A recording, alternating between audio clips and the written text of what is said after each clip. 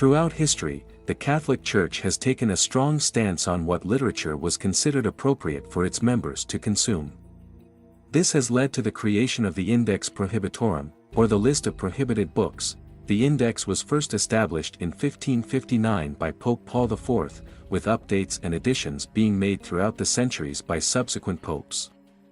The original purpose was to prohibit works that were considered heretical, blasphemous, or immoral, in order to protect the faithful from ideas that might lead them astray from church doctrine.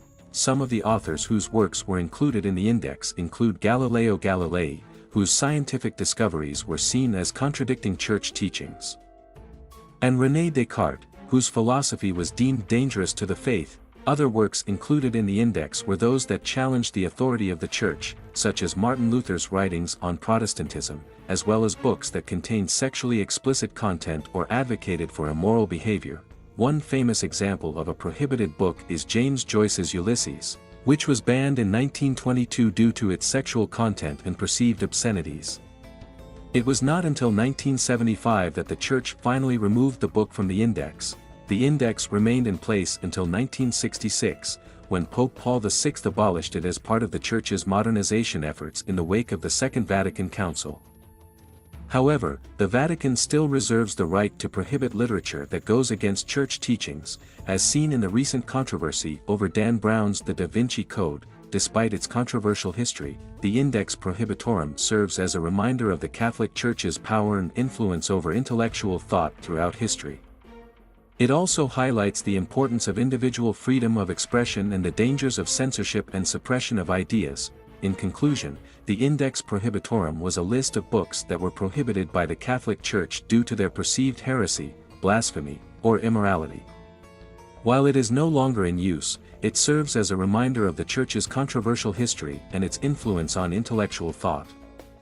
The Index Prohibitorum was a reflection of the Church's view on what sort of ideas were acceptable to disseminate to its faithful. Hey guys! I came here in the middle of the video, asking you to leave your like, subscribe to the channel, because there is a lot of special content every day. Keep watching.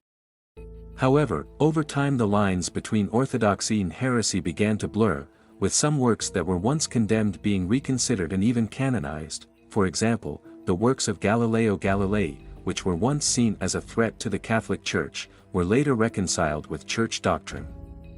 Similarly, the works of theologian and reformer Martin Luther, which were once considered heretical, have been reconsidered in recent years. This raises questions about the subjectivity of what is considered orthodox or heretical.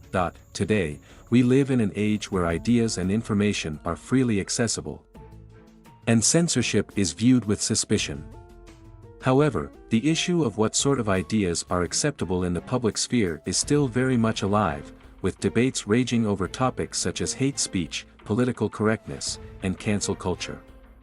The Index Prohibitorum serves as a cautionary tale of the dangers of limiting intellectual freedom, as well as the importance of constantly re-evaluating and redefining what ideas are considered acceptable in a changing world.